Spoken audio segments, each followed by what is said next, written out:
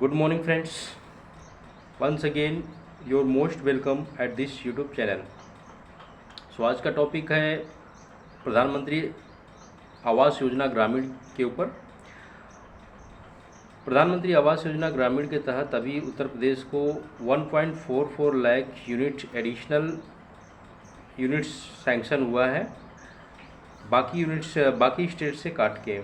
मतलब कि जो 23 स्टेट्स और यूनियन टेरिटरीज है, वहाँ की जो एलोकेशंस थे आवास का, उन आवास को काट के उत्तर प्रदेश को अलॉट कर दिया गया है 1.44 लाख यूनिट। जबकि उत्तर प्रदेश की डिमांड थी नियर अबाउट 95,000 एडिशनल की, क्योंकि इनकी जो सर्वे हुआ था उसमें इतनी लैकिंग पड़ रही थी। तो अभी बाकी स्टेट्स के काट के उत्तर प्रदेश को दे दिया गया। तो अभी यहाँ पे आपको सोच रहे होंगे कि ऐसा क्यों किया गया, उत्तर प्रदेश क्या खास है क्या जो इसको दे दिया गया। तो ऐसा बात नहीं है, कुछ रूल्स होते हैं, कुछ पॉलिसी, कुछ टर्म्स होते हैं जिनको भी फॉलो करना पड़ता है। If you will follow those rules then only you will be eligible for taking benefits from the government. Okay, तो यहाँ पे क्या हुआ क्या नहीं हुआ, सो इन तमाम चीज़ों के बारे में हम जानेंगे इस वीडियो में। ये वीडियो आपका जो है कि इस पॉइंट्स के लिए इम्पोर्टेंट हो जाता है कि इससे जनरल स्टडीज़ पेपर 2 में जो एक टॉपिक आता है government policy and interventions for the development of various sectors. Okay, government policy intervention for the development of various sectors and issues related by the design and implementation of this policies. Okay, so एक topic है GS2 में, उसके अंतर्गत ऐसे topics के ऊपर question पूछे जाते हैं। तो ये आप लोगों के लिए बहुत इंपॉर्टेंट होगा। इसके कुछ डेटा होंगे जो आप लोग अपने पास नोट कर लीजिएगा। ठीक है, सो इस टॉपिक के ऊपर अभी ये क्या चल रहा है लेटेस्ट में, गवर्नमेंट ने क्यों उत्तर प्रदेश को 1.44 लाख यूनिट्स अलॉट कर दिया है, तो इन सब तमाम चीज़ों के बारे में हम इस वीडियो में जानेंगे। सो आइए शुरू करते हैं अपना आज का ये वीडियो। ओके, सो अभी जो रिसेंटली जो नोडल मिनिस्ट्री है प्रधानमंत्री आवास योजना ग्रामीण का, मिनिस्ट्री ऑफ रूरल डेवलपमेंट है। तो मिनिस्ट्री ऑफ रूरल डेवलपमेंट ने एक सर्कुलेशन जारी किया है। उसमें जो है कि उन्होंने बताया है कि कुछ 23 स्टेट्स एंड यूनियन टेरिटरीज हैं जिन्होंने अपना डेडलाइन कंप्लीट नहीं किया टाइम से एलोकेट करने का। मतलब कि जो उनको यूनिट्स मिले थे सेंट्रल गवर्नमेंट की तरफ से कि इन यूनिट्स को जो है आप अपने जो बेनिफिशियरीज हैं, जो जिनका आपने आइडेंटिफिकेशन किया है, उनको टाइम से अलॉट कर दिया जाए, ताकि जो है कि अलॉट कर देना है, ये रूल्स में था। बट इन स्टेट्स ने जो है कि अपना उस with in time frame allocation का काम किया नहीं। जिन बेनिफिशियरीज को एलोकेट करना था उनको यूनिट्स या जो आवास उन्होंने दिया नहीं, जिसकी वजह से उनके आवास को वापस ले लिया गया सेंट्रल गवर्नमेंट के द्वारा। और ऐसे में जिन स्टेट्स ने अपने टास्क को पूरा कर लिया था, उन स्टेट्स की डिमांड थी एडिशनल की, जैसे उत्तर प्रदेश, तो उनको जो है कि फिर सेंट्रल गवर्नमेंट ने एडिशनल यूनिट्स अलॉट कर दिए, जैसे 1.44 लैक्स अलॉट किया गया है उत्तर प्रदेश को। तो ये है।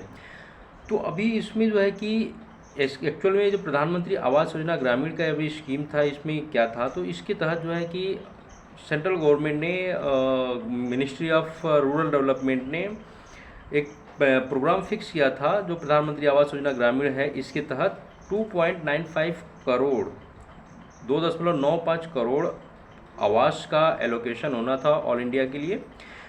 कब तक होना था, ये 31 मार्च 2024 तक।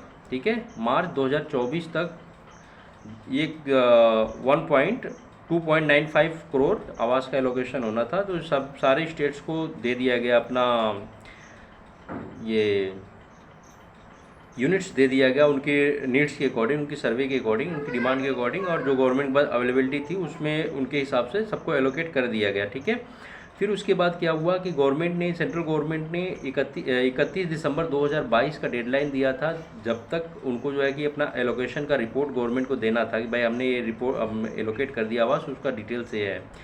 तो इस चीज़ में कुछ स्टेट्स फेल हो गए जो उस 31 दिसंबर 2022 को अपना रिपोर्ट नहीं दे पाए। फिर उनके लिए डेडलाइन आगे बढ़ाएगी, जनवरी 16 रखा गया, फिर भी नहीं दे पाया, फिर फरवरी रखा गया, फिर भी नहीं दे पाया, फिर मार्च रखा गया, फिर भी नहीं दे पाया अपना रिपोर्ट एलोकेशन का। फिर लास्ट डेडलाइन जो नोडल मिनिस्ट्री है, ministry of rural and development ने, उन्होंने 30 जून का दिया, 30 जून 2023 का लास्ट डेडलाइन दिया था कि अब तक यदि इस डेट के बाद तक भी यदि कोई स्टेट ऐसा होगा जो कि एलोकेट नहीं कर पाएगा यूनिट्स को, तो उसके यूनिट्स को विड्रॉ कर लिया जाएगा जो अनएलोकेटेड वो होंगे। तो इसके ऊपर फिर जो है कि 30 जून तक जिन्होंने अपना एलोकेशन का रिपोर्ट गवर्नमेंट को, सेंट्रल गवर्नमेंट को नहीं सौंपा, उनके जो है कि यूनिट्स वापस ले लिए गए।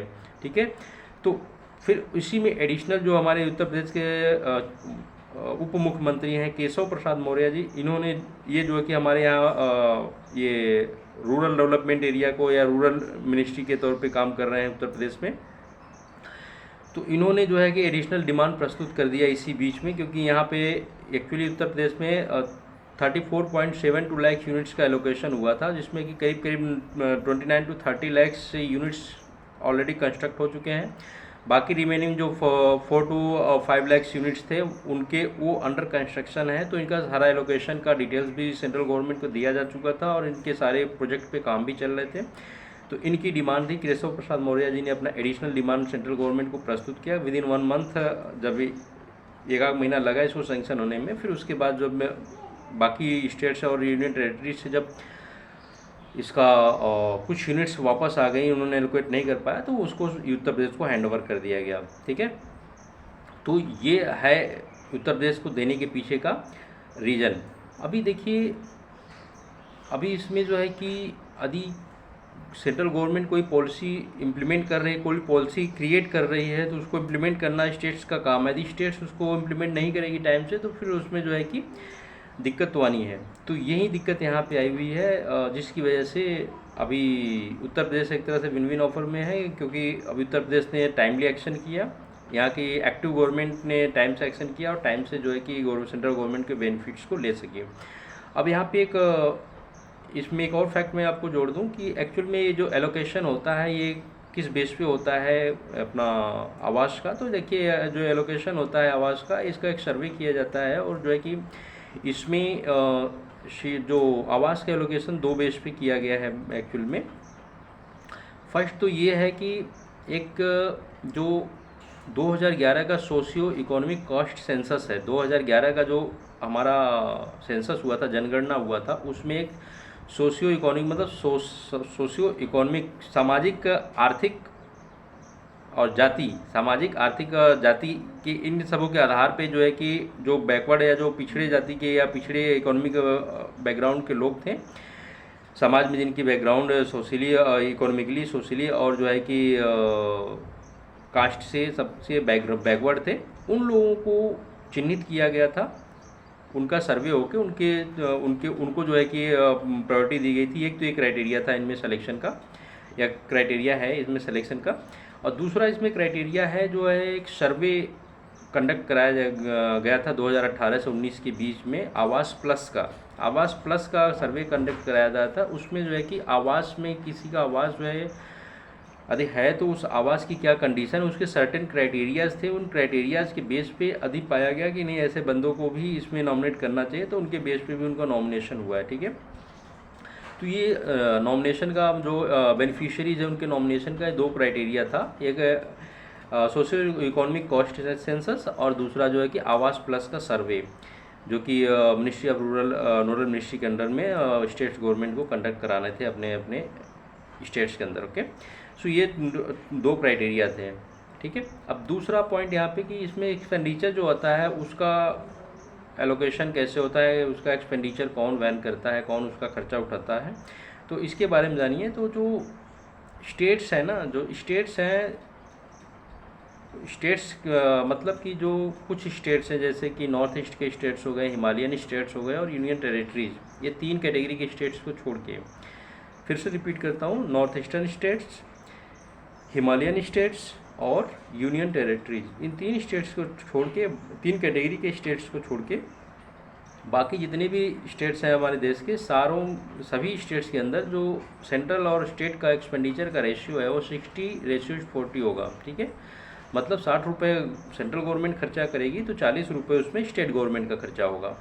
बाकी जो ये 3 कैटेगरी के स्टेट्स मैंने बताया कि Himalayan states, north eastern states और जो है कि यूनियन टेरेटरीज, इन स्टेट्स में जो सेंट्रल और स्टेट गवर्नमेंट का खर्चा का रेशियो होगा वो हैगा 90:10 का। ठीक है, मतलब कि 90 रुपीज़ जो है कि सेंट्रल गवर्नमेंट खर्चा करेगी और 10 रुपये जो है स्टेट गवर्नमेंट खर्चा करेगी। ऐसे में भी एक आ जाता है यूनियन टेरिटरी, जहाँ पे कि जो असेंबली जहाँ पे नहीं है, जैसे कि असेंबली केवल 2 ही यूनियन टेरिटरीज में है आज की डेट में, पौंडीचेरी और दिल्ली। ओके, दिल्ली और पौंडीचेरी 2 जगह पे यूनियन टेरिटरीज है, असेंबली है। और JNK में भी जम्मू एंड कश्मीर में भी असेंबली होगी, वो भी यूनियन टेरिटरी है, वहाँ भी असेंबली होगी। तो जहाँ जहाँ पे इलेक्टेड गवर्नमेंट है, कहने का मतलब मेरा है कि जहाँ जहाँ पे इलेक्टेड गवर्नमेंट है यूनियन टेरिटरीज के अंदर, वहाँ पे 90:10 का रेशियो लगेगा। और जहाँ पे इलेक्टेड गवर्नमेंट नहीं है, union territories complete central government के अंडर में रन कर रही है, वहाँ पे क्या होगा, वहाँ पे पूरा 100% जो है कि सेंट्रल गवर्नमेंट का एक्सपेंडिचर होगा इन आवास के ऊपर। ठीक है, सो ये था brief description about this scheme and of course the latest current affairs about the topics of this particular things. अभी UPSC एस्पिरेंट्स के लिए इसमें कुछ additional points I would like to add here, कि वो और क्या चीज़ें इसमें पढ़ लेंगे। देखिए, अभी ये तो मैंने इसका एक आपको लेटेस्ट में बता दिया, एक ब्रीफ डिस्क्रिप्शन दे दिया, बट आपको भी और इसमें क्या पढ़ना है, अदर पॉइंट्स टू रिमेंबर। वो क्या होंगे, पहले तो आप इसको पढ़ेंगे व्हाट इज़ PMAY। ठीक है, ये प्रधानमंत्री आवास योजना ग्रामीण है क्या, इसके बारे में पढ़ेंगे। फिर इसके फीचर्स क्या क्या हैं, वो फीचर्स पढ़ लेंगे। देन आप इसकी नोडल मिनिस्ट्री कौन सी है, तो मैंने बता ही दिया है, उसके नोडल मिनिस्ट्री के बारे में पढ़ लेंगे। फिर इसमें डिफरेंसेस पढ़ेंगे, किसके बीच में, अर्बन और ग्रामीण आवास योजना के बीच में क्या डिफरेंसेस है, उसको पढ़ेंगे, उसके फीचर्स पढ़ेंगे दोनों के। फिर उसके बाद अदम स्कीम, इस योजना से रिलेटेड अदर स्कीम्स क्या हैं, उनके बारे में डिटेल्स में जान लेंगे। ठीक है, क्योंकि उसमें बहुत सारे स्कीम्स, जैसे LPG स्कीम्स, अपना ये LPG स्कीम, उज्ज्वला स्कीम और एक्सेट्रा सब कुछ इसमें जुड़े हुए हैं। तो इसमें जो है कि इनको भी ऐड कर लेंगे साथ में, ताकि जब आप मेंस का आंसर राइटिंग कर रहे होंगे तो आप सारे चीज़ों को एक तरह से कोलैबोरेट करके एक साथ लिखेंगे, मर्ज करके लिखेंगे, तो आपका जो है कि बहुत ही सॉलिड आंसर बनेगा वहाँ पे। And that will create a very huge impression over the examiner and the paper checker who will check your answer sheet. Okay, examiner. फिर उसके बाद इसमें आप ये और चेक कर लीजिएगा कि इसमें पैरामीटर्स क्या क्या हैं, on which parameters beneficiaries are selected, ये पढ़ लेना। फिर उसके बाद जो है कि सोशियो इकोनॉमिक कॉस्ट सेंसस और जो है कि प्रधानमंत्री आवास योजना ग्रामीण, इनके कौन कौन से डॉट्स हैं, कौन कौन से पॉइंट्स हैं जो दोनों जिसके द्वारा दोनों जुड़ते हैं, इनको जान लेना, ये जानना ज़रूरी है कि मतलब सोशो इकोनॉमिक कॉस्ट सेंसस और प्रधानमंत्री आवास योजना ग्रामीण, इनके बीच में क्या लिंकअप है, किसकी वजह से ये दोनों एक दूसरे से कनेक्टेड हैं। मतलब there are certain points on the basis of which the SCCC's candidates will get benefited from this scheme Pradhanmantri Awas योजना ग्रामीण। सो ये सब चीज़ें पढ़ लेना आप। फिर how the expenditure takes place of this schemes, वो मैंने बता ही दिया है, उसके बारे में और डिटेल्स पढ़ लेना। ठीक है, तो ये सारी चीज़ें हैं जो आपको जानने वाली हैं, जिसके बारे में आपको पता होना चाहिए, और जो है कि इनको डिटेल्स में आप पढ़ लीजिए ताकि आपको मेंस आंसर राइटिंग में कोई दिक्कत ना आए। सो आई होप कि आपको इस वीडियो में थोड़ी बहुत सी इन्फॉर्मेशन मिली है और आप इसको और इलेबोरेट कर लेंगे इस पॉइंट्स को। तो आपको मैंने एक ब्रीफ डिस्क्रिप्शन आइडिया दे दी, आउटलाइन मैंने बना दिया है। अब उसमें जो है कि मटेरियल्स कंटेंट्स आप अपना भर लेंगे, तो उससे आपका जो है कि आंसर राइटिंग स्ट्रांग हो जाएगी। सो दोस्तों, ये था आज का हमारा video. One thing I would like to request here to all of you that please इस चैनल को लाइक, सब्सक्राइब और शेयर करें, क्योंकि मैं इस पर ऐसे ही टॉपिक लाता रहूँगा।